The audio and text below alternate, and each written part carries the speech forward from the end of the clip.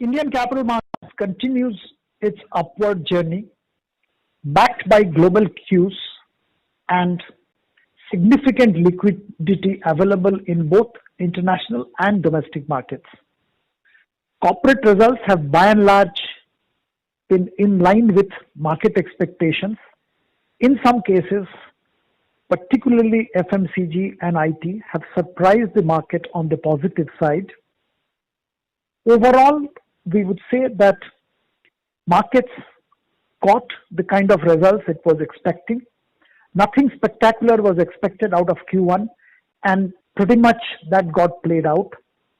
There are green shoots available in different spheres, particularly sectors which have a rural dependence. We did see tractors, two-wheelers gain some traction. We did see some FMCGs, particularly the consumer staples, gain traction.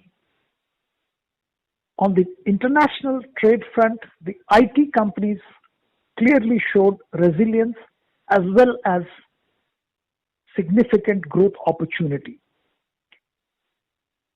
We believe that Indian markets will continue its positive bias in the coming weeks.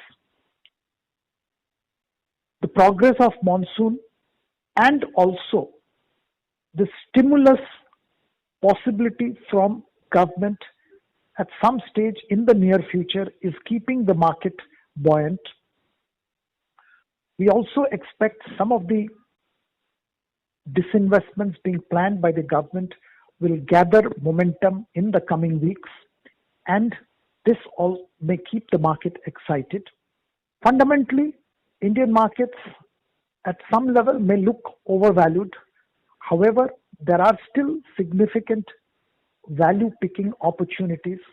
One needs to select stocks, and bottom up approach will be the ideal one in current scenario. Based on the FY22 earnings estimate, the market is remaining bullish, and one needs to take opportunity of this bullishness and build their own portfolio with carefully selected stocks.